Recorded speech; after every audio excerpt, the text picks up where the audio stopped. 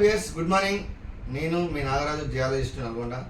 మనం geology subject గురించి తెలుసుకుంటున్నాం కదా. ఈ జియాలజీ అనేది సబ్జెక్ట్లో కొన్ని పార్ట్స్ కూడా ఉంటాయి. లైక్ దట్ ఎలా అంటే మనం డాక్టర్స్ కూడా చేసే డెంటల్ అని, ఈఎన్టీ అని, గైనకాలజిస్ట్ అని, ఆర్థోపెడిక్ అని.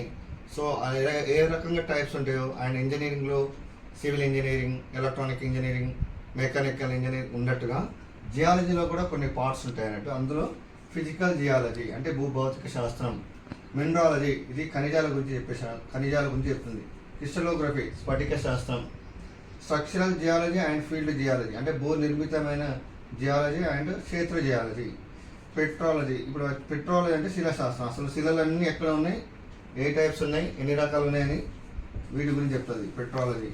స్టాటిగ్రఫీ అంటే స్థలశాస్త్రం అంటే మనం మానవుడు పుట్టక ముందుకు, భూమి పుట్టక ముందుకు ఎక్కడైంది, భౌమకాల మానవం ఏ రకంగా, అప్పుడు ఎలా ఉంది, బిఫోర్ ఎలా ఉంది, ఇప్పుడు ఎలా ఉంది, రేపు భవిష్యత్తు ఎలా ఉంది అనేది ఈ స్టాటిగ్రఫీలో వస్తుంది.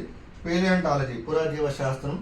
అండ్ ఎకనామిక్ జియాలజీ అంటే మన యొక్క భూమిలో దొరికే మినరల్స్ ఏముంటాయి, అది గోల్డ్, కాపర్, రాగి, డైమండ్స్, వీటికి ఎకనామిక్లో చాలా వాల్యూబుల్ ఉంటుంది. సో దాని గురించి చెప్పాలంటే ఎకనామిక్ జియాలజీ.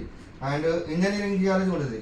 చాలామంది ఇంజనీరింగ్ జియాలజీ అంటే ఇది సివిల్ ఇంజనీర్ తీసుకున్న వాళ్ళకు ఒక సబ్జెక్ట్ ఉంటుంది.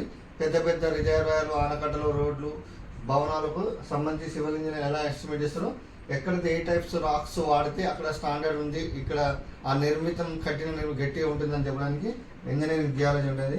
అండ్ ఫైనల్ మనం ఇంకోటి ఏంటంటే హైడ్రో జియాలజీ. ఇప్పుడు మనమంతా చాలామంది బోర్లు వేస్తున్నారు కదా, ఎక్కడ రాళ్ళు వేయాలి, ఏ టైప్స్ ఆఫ్ రాళ్ళలో నీళ్ళు ఉంటాయి అనేది హైడ్రో జియాలజీ చెప్తుంది, జలశాస్త్రం. అండ్ మైనింగ్ జియాలజీ మీన్స్ ఇప్పుడు క్వారీస్ ఉంటాయి కదా, క్వారీస్ అది మెటల్ తీసుకుంటారు కదా, 40 mm, 60 mm and 20 mm metal, పెద్ద పెద్ద గుట్టలను ఒక 20 సంవత్సరాలు, 10 సంవత్సరాలు, 20 సంవత్సరాలు లీజ్ తీసుకొని కోల్ మైనింగ్, గ్రానైట్ మైనింగ్, ఇట్లా క్వారీ లాంటివి ఉంటాయి కదా, అలాంటి చోట మైనింగ్ చేస్తారు. కొన్ని సొరంగాలలో కూడా ఎలాంటి సొరంగాలు తీస్తామంటే ఆ సొరంగం కావాలంటే ఆ రాకున్న స్ట్రక్చర్ ఎంతవరకు రోజు కట్ చేస్తే అది స్టాండర్డ్ ఆగుతుంది, అలా తీసుకుంటూ వెళ్తూ ఉంటారు. లైక్ మన ఎస్ఎల్బిసి కెనాల్ అని ఒకటి, దేవాదుల వరంగల్ దగ్గర ఇలాంటి ప్రాజెక్టులు మైనింగ్ జియాలజీ చేసిన వాళ్ళకి తెలుస్తుందండి. సో ఇదంతా సబ్జెక్ట్, ఇన్ని 11 టైప్స్ ఆఫ్ ఇంత నేర్చుకుంటే మొత్తం జియాలజీ మొత్తం పూర్తిగా అవగాహన వస్తుంది. అండ్ జియాలజీ అనేది దీంతో కాకుండా మన మిగతా సబ్జెక్ట్, కొన్ని సబ్జెక్టులు కూడా సంబంధం ఉంటుంది. అంటే గురించి తర్వాత చెప్తాను, ఓకేనా?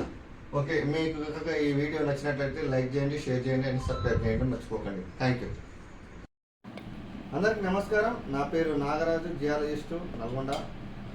యాక్చువల్గా మనం స్టడీ ఆఫ్ జియాలజీ అని ఒక జియాలజీ గురించి చెప్పుకుంటున్నాం కదా. ఈ చెప్పుకునే క్రమంలో నాకు కొంచెం వర్క్స్ ఉండడం వల్ల చాలా రోజుల నుంచి నేను ఈ సబ్జెక్ట్లోకి వెళ్ళలేకపోయినా, కొంచెం ఫీల్డ్ వర్క్ ఉండడం వల్ల. సో మళ్ళీ కమింగ్ బ్యాక్ వచ్చేసాం. స్టడీ ఆఫ్ జియాలజీ గురించి మళ్ళీ కంటిన్యూగా మళ్ళీ రోజు వీడియోస్ వస్తూ ఉంటాయి. మనం జియాలజీలో కొన్ని పార్ట్స్ చెప్పాము కదా, అంటే ఫిజికల్ జియాలజీని, crystallography, mineralogy, petrology, stratigraphy, economic geology, palaeontology, hydrogeology, engineering geology, mining geology అని ఒక జియాలజీలో 11 టైప్ ఆఫ్ పార్ట్స్ ఉంటాయి. అందులో మనం ఈరోజు ఫిజికల్ జియాలజీ అంటే భౌతిక భూ విజ్ఞాన శాస్త్రం గురించి తెలుసుకుంటున్నాం.